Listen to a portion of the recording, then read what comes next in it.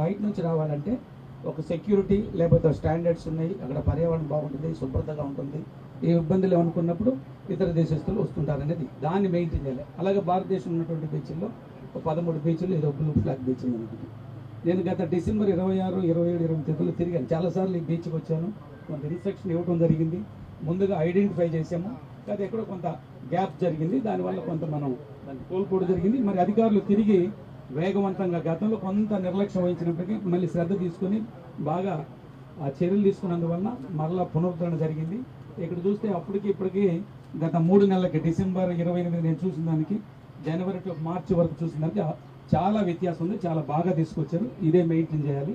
తర్వాత సోదరులు కొంతమంది మాట్లాడారు, ఆ యూటెక్ వాళ్ళు కొంత అక్కడ కొన్ని పొరపాట్లు జరిగింది. అది గత ప్రభుత్వ అవశేషాలు ఇంకా కొనసాగుతున్న కారణంగా జరిగింది తప్ప ఇప్పుడు జరిగినటువంటి పరిస్థితులు కాదు.